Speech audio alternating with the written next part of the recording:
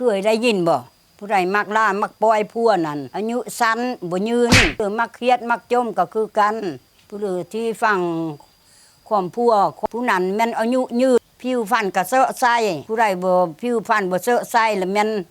ผู้นั้นเครียดเก่งจมเก่งเปิดหานมาจังหวัด2 เดือนบ่ได้ขายจักเถือเว้ยจะเช็ดแนวใดบ่มื้อนี้ว่าบ่เปิดหานว่าหน้าเศร้าก็ล่ะมื้อนี้ บ่ได้เปิดว่าสิปิดเด้อเด้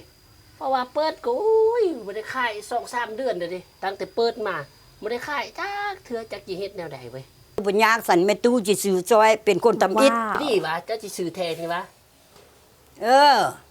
ซื้อแท้แหละผมบ่เปลี่ยนใจติบ่โอ้ยข่อยว่าให้ผู้อื่นซื้อซะนะบ่เป็นหยังแม่สิซื้อมันเป็นคนทำอิฐแต่บ่เปลี่ยนใจติแม่ตุบ่เปลี่ยนเอาแทนนี่ติเอาแท้สัน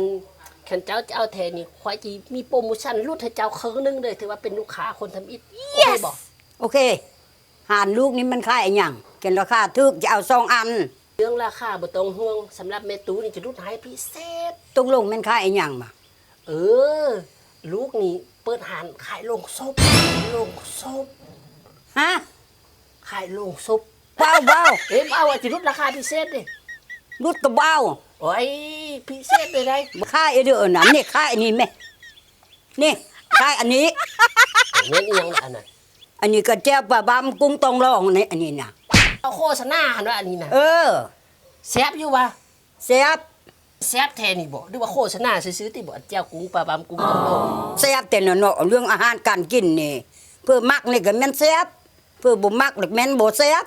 บางคนนี่ก็ว่าบ่แซ่บบางคนนี่ก็ว่าแซ่บคุณกับผู้กินคุณกับผู้มักนั้นอันนี้น่ะถึกเจอเม็ดทุกคนมันก็หาถึกสำหรับผู้ใดที่อยากกินแจ่วอยากลองแจ่วปลาบำสำเหนือนะหรือว่าแจ่วปลาแรกนะแนะนำมาเด้อแจ่วปลาบำกุ้งต้องลองเด้อเป็นแจ่วที่แซ่บเฮ็ดสะอาดสดใหม่ทุกมื้อเด้อเอาข้าวหวานๆซะจำบายกินแซ่บ